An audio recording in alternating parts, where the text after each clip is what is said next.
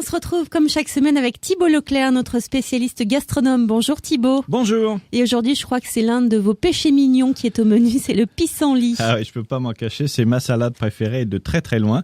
D'habitude, je vous dis, ça vient d'Asie, ça vient de tel endroit et tout. Non, le pissenlit, ça vient d'Europe de l'Ouest. Il pousse à l'état sauvage, dans des climats tempérés. Et puis, c'est une des premières plantes qu'on voit apparaître au début du printemps. Alors, c'est évidemment à ce moment-là qu'il faut se ruer dessus parce que c'est là qu'il est le plus tendre. Mais comme la production se renouvelle en permanence, vous allez pouvoir en manger là maintenant jusqu'à l'été sans aucun problème. Alors, allez les ramasser si vous avez la chance de pouvoir les ramasser parce que le pissenlit sauvage, c'est quand même ce qu'il y a de meilleur. Alors, donc dans les prés, tout simplement. Dans les prés et puis surtout sur la terre fraîchement retournée, c'est là qu'ils sont le plus faciles à récupérer. Évidemment, il faut les cueillir avant que les fleurs aient poussé.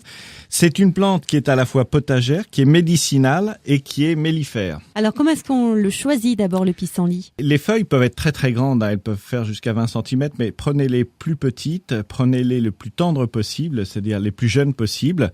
Alors, vous les cueillez ou vous les achetez sur les marchés. Bon, sur les marchés, il y a aussi des pissenlits sauvages. Mangez-les tout de suite parce que ça se garde très très mal. Vous les nettoyez bien. Il y a un peu de boulot pour les nettoyer, mais moi j'aime bien garder le cœur parce qu'il est assez croquant. Et puis, quand vous l'avez bien nettoyé, vous faites une vraie belle salade de pissenlit. Comme c'est un peu amer, moi je mets quand même pas mal de vinaigre balsamique parce que ça adoucit un petit peu. Je mets évidemment des lardons, je mets des œufs mollets. Et c'est comme ça que j'ai réussi à convertir mes enfants. Et puis, je mets de l'ail. Et là, ça vous donne un ensemble qui a beaucoup de caractère, beaucoup de goût. Faut que vous sachiez que c'est excellent pour la santé parce que c'est une plante qui est dépurative, c'est-à-dire qui vous purge.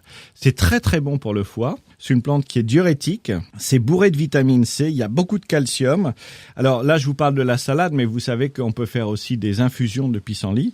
Et puis sinon, vous l'avez aussi en confiture. On fait la confiture avec les fleurs de pissenlit, la cramaillotte.